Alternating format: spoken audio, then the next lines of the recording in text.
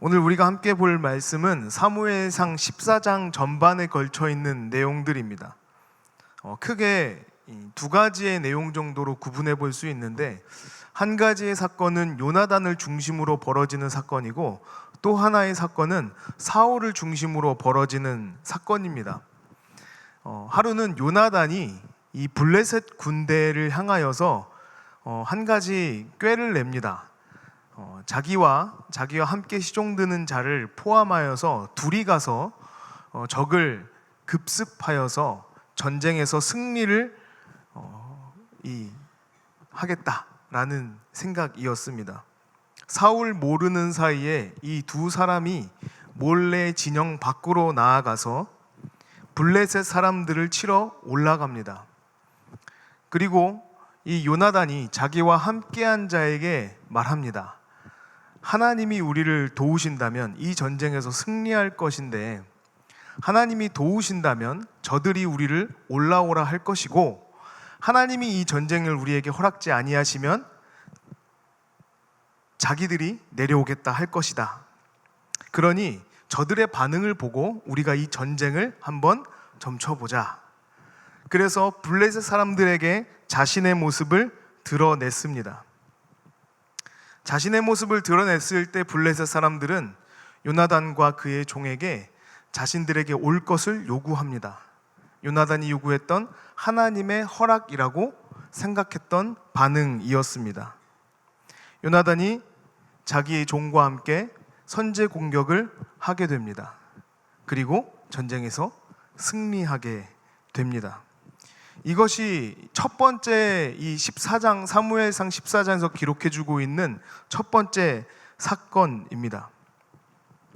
요나단은 이 사건을 진행하면서 하나님이 자기와 함께 하신다고 믿었습니다. 그리고 실제로 그 전쟁에서 승리하였습니다. 플라시보 효과라는 것이 있습니다. 아무런 효과가 없는 약인데, 이 약이 효과가 있다고 하는 선입견이나 믿음 때문에 그 약을 먹고 나서 실제로 긍정적인 효과가 나타나는 현상을 이 플라시보 효과 이렇게 부릅니다. 여기 보면 사실 이 요나단의 전쟁에서 하나님은 아무런 말씀을 하신 적이 없습니다. 그런데 요나단은 자신이 정해놓은 상황에 자신이 생각했던 상황을 하나님이 허락하셨다라는 믿음을 가지고, 실제로 하나님은 아무 말씀이 없으셨지만 그 스스로 하나님이 함께 하실 거라는 믿음만을 가지고 전쟁에서 승리한 것입니다.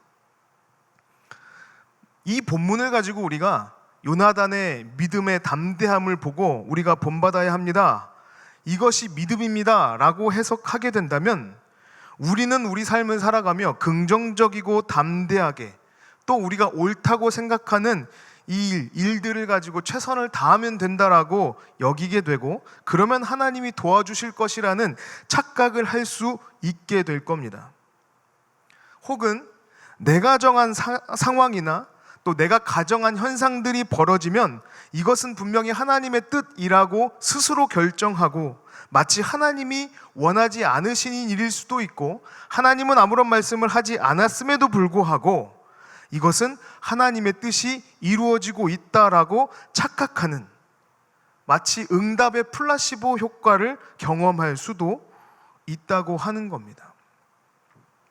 요나단이라는 사람은 이 성경 전반의 내용을 볼 때 굉장히 재기발랄한 사람 같습니다.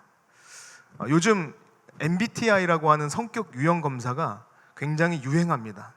제가 청년들하고 같이 있다 보니까 여기에 도사가 되었습니다. 요나단은 아마도 ENFP가 아닐까 하는 생각을 해봅니다. 우리 성도님들이 지금 이해하기 쉬운 걸로 따지자면 O형에 가깝습니다. O형은 어떤 형태냐면 엉뚱함과 재치와 순발력이 있고, 사람을 황당하게 만들고, 발랄하고, 지루한 건 질색이고, 자기 혼자서 날뛰고, 간혹 어두운 그림자가 있답니다. O형을 가지신 분들은 맞습니까? 저는 B형인데 어디 가서 B형이라는 얘기를 하고 싶어 하지 않습니다. B형의 이미지가 안 좋기 때문에 그렇습니다. 재밌죠? 그런데 사실 우리는 이러한 성격 유형의 검사에 대해서 수긍하면서도 한편으로는 웃어 넘길 뿐입니다. 그것을 그렇게 신뢰하지 않습니다. 왜냐하면 각 혈액형이 가지고 있는 단점과 장점들이 꼭 그것뿐만 아니더라도 다른 혈액형이 가지고 있는 단점 또한 우리에게 있고, 또 다른 혈액형이 가지고 있는 장점도 나에게 있음을 알기 때문입니다. 사실 우리는 이런 유형의 검사를 하지 않더라도 여전히 연약하고 한없이 부족한 자들임을 알기 때문에 사실 이런 어떤 유형의 검사를 통하여 내가 어떤 사람인지를 규정하는 것을 좋아하는지도 모르겠습니다. 사실 나 스스로가 그 누구보다도 얼마나 연약한 사람인지 잘 알고 있습니다. 저희 어머니와 아버지는 아직도 대전에 내려가면 30년 전, 40년 전에 싸우셨던 그 멘트 그대로 당신은 조금도 변하지 않고 아직도 변하지 않았다는 말로 티격태격하고 있습니다. 아직도 아버지가 변하지 않는다면서 저희 어머니는 툴툴거리며 볼멘 소리를 하고 계십니다. 사람은 악하고 연약합니다. 그럼에도 불구하고 이 요나단의 이러한 무모한 전쟁에서 하나님은 승리를 경험하게 하셨습니다. 이 표현을 아주 적나라하게 해석하고 있는 성경 구절이 로마서 5장 8절입니다. 우리가 아직 죄인 되었을 때 그리스도께서 우리를 위하여 죽으심으로 하나님께서 우리에 대한 자기의 사랑을 확증하셨다. 우리가 아직 죄인 되었을 때라는 표현은 굉장히 고상한 표현입니다. 여기서 이 죄인이라는 표현은 우리의 무기력함을 뜻합니다. 죽은 자는 아무것도 할 수 없습니다. 그러한 무기력함입니다. 우리가 아무것도 할 수 없을 때, 아무것도 아닐 때 하나님께서는 자신의 죽으심으로 사랑을 우리에게 보이셨다고 하는 것입니다. 함께 하신다고 믿고, 그러니까 어떻게 행동하든 하나님이 도와주실 거라는 믿음이 아니라 우리의 연약함을 아시는 주님께서 연약하기 때문에 우리를 도우시는 것입니다. 자신의 생명을 내어주시기까지 우리를 사랑하시는 그 사랑을 증명하시기 위해서 예수 그리스도께서는 자신의 목숨을 십자가에 내어놓으셨습니다. 함께 하시는 주님을 신뢰해야 합니다. 주님의 말씀과 그분의 음성에 귀 기울이고, 때로는 내 생각이 옳고 내가 처한 환경이 분명히 이렇게 하면 해결될 것 같아 보이더라도 때로는 주님을 신뢰하고 그분의 음성을 기다리며 멈추는 것이 하나님의 응답일 수 있습니다. 두 번째 사건이 등장합니다. 요나단을 중심으로 벌어진 이 사건은 큰 전쟁으로 연결이 됩니다. 요나단의 이 승전보를 듣게 됐습니다. 그리고 이스라엘 백성들이 우왕좌왕하는 블레셋 군사들을 치러 내려갑니다. 그리고 승리하게 됩니다. 사울은 약간 신이 나 보여요. 블레셋 사람들을 완벽하게 진멸하기 전까지 음식을 대지 말라는 명령을 내립니다. 만약에 음식을 입에 대거든 하나님의 저주가 임할 것이라는 말을 합니다. 그런데 이 명령을 요나단이 듣지 못했어요. 그래서 자신의 지팡이에 꿀을 찍어 먹습니다. 음식을 먹지 말라는 아버지의 명령을 듣지 못했던 요나단이, 이 아들인 요나단이 아버지의 명령을 어긴 것입니다. 분위기가 전환이 됐습니다. 요나단이 꿀을 먹어보니 너무 좋았습니다. 성경을 표해보니까 눈이 밝아질 정도로 좋았더라, 이렇게 표현합니다. 그러니 아버지가 잘못 생각했다. 내가 약간의 꿀을 찍어 먹어도 이렇게 좋은데 우리가 탈취한 노략물을 먹고 힘을 내면 블레셋 사람들을 얼마나 더 칠 수 있겠는가. 이 말이 방아쇠가 되어서 자신들이 잡은 이 탈취물, 이 고기들을 핏째 먹기 시작합니다. 핏째 먹기 시작했다는 이야기를 사울이 들었습니다. 하나님은 핏째 먹지 말라고 하셨기 때문에 사울이 이 문제를 거론하며 그 물건들을 가져와서 어떻게 했을까요? 먹은 자들을 벌하였을까요? 아닙니다. 사울은 익혀먹자 이렇게 말합니다. 익혀먹자. 저는 14장을 몇 번을 읽었는데 도무지 맥락이 이해가 되질 않았어요. 도대체 무슨 이야기를 하는 걸까? 무슨 설교를 해야 할까? 왜냐하면 맥락적으로 안 맞아요. 그런데 사실 사울의 행동이 꽤 그런 것이 많이 있습니다. 맥락적으로 이해되지 않는 장면이 굉장히 많이 있습니다. 이게 자기 편애를 하는 사람들의 특징입니다. 논리적이지 않아요, 행동이. 사울은 자기가 금식하자고 말해놓고 핏째 먹는 그 장면을 보고 익혀 먹자고 이야기하고는 이 문제를 더 이상 거론하지 않습니다. 그리고 나서 돌을 굴려와서 제단을 쌓습니다. 제단을 쌓는 이유는 자신의 죄를 회개하기 위해서가 아닙니다. 앞으로의 전쟁에 대해서 하나님께 묻기 위해서입니다. 하나님께 묻고 아무런 응답을 듣지 못했습니다. 그리고 나서 이해할 수 없는 장면이 또 등장하는데, 하나님의 응답이 없는 이 문제가 자신들 안에 이 공동체에 죄가 있으므로 그렇다라는 결론을 내리고 그 문제를 찾기 위해서 제비를 뽑습니다. 그리고 결과적으로는 자신과 자기의 아들이 뽑히는 거예요. 이게 두 번째 사건입니다. 전혀 내용적으로는 이해할 수 없는 사건입니다. 맥락적으로도 알아들을 수 없는 이야기들이 나열되어 있습니다. 앞뒤가 맞지 않습니다. 요나단이 그렇게 제비가 뽑혀서 꿀을 찍어 먹게 된 사실을 안 사울은 그를 저주해야 했습니다. 하나님의 저주가 임할 것이라는 이 맹세를 지켜야 했습니다. 왕이니까요. 그런데 백성들이 막습니다.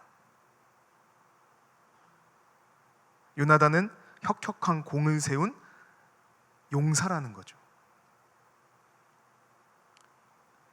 요나단 저주하기를 거절합니다.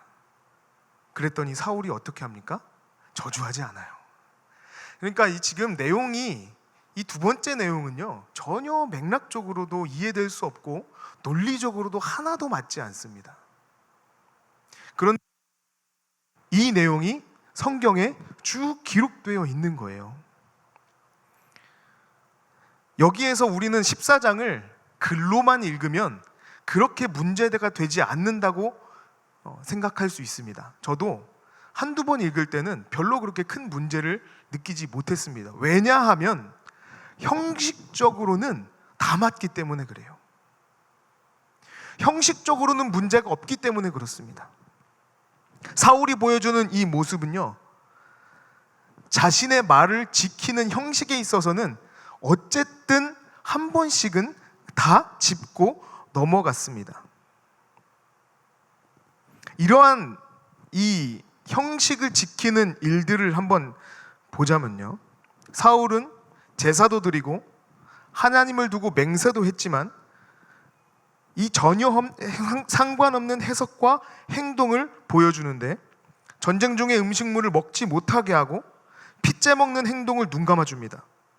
맹세를 어긴 문제에 대해서는 어물쩍 넘어갔습니다. 이 짧은 장 안에서 하나님의 대리자로서의 왕의 역할을 제대로 보여주지 않고 있습니다.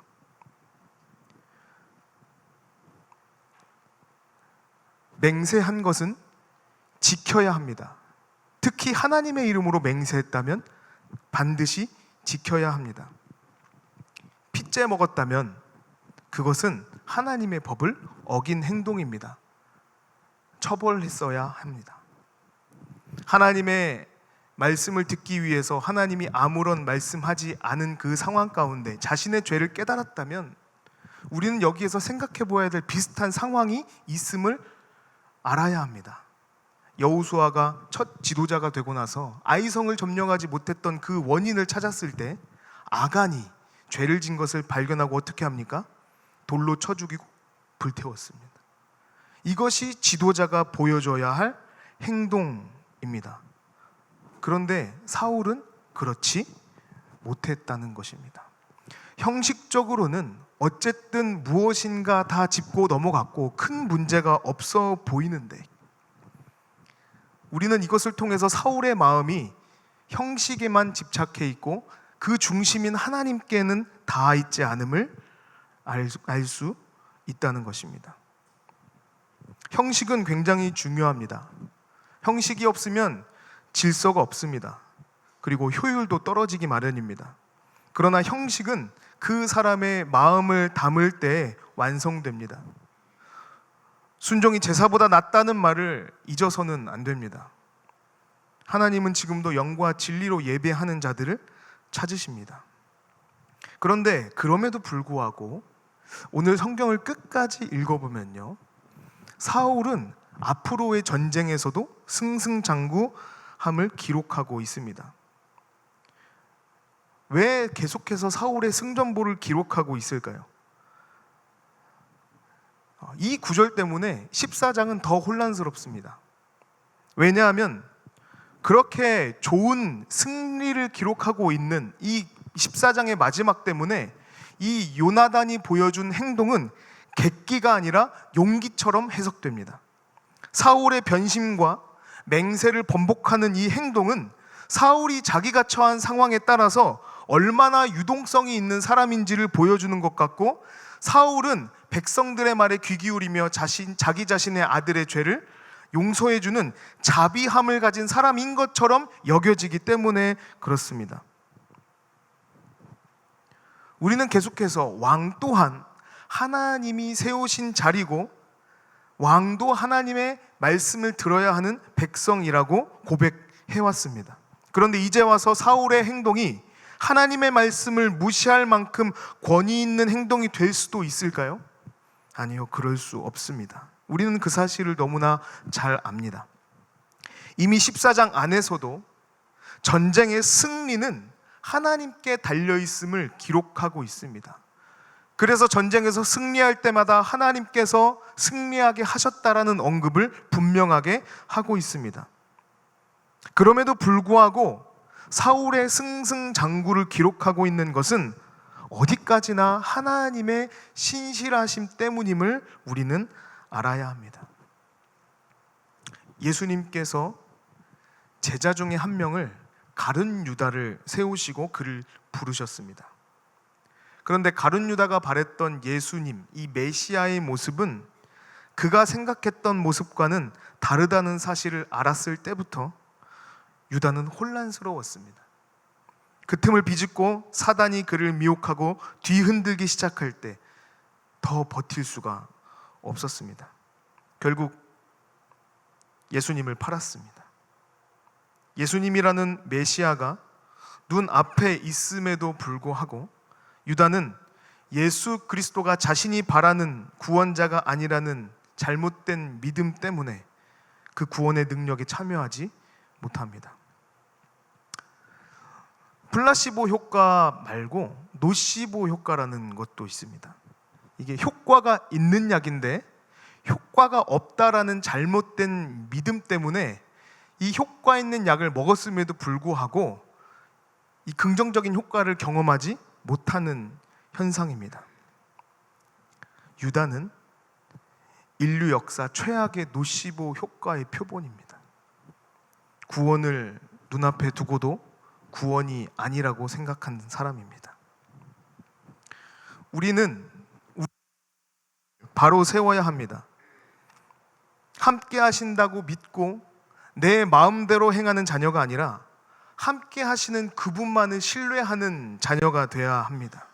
때로는 내가 경험한 상황들, 내가 겪어왔던 경험에 의하여서 그 어느 때보다 이것은 확실하고 성공적인 상황이라고 생각이 들 때에도 그것이 정말로, 그 일이 정말로 주님의 뜻이 맞는지 한 번 더 생각해보고, 때로는 주님이 아무 음성 하지 않으실 때 우리는 멈춰야 합니다.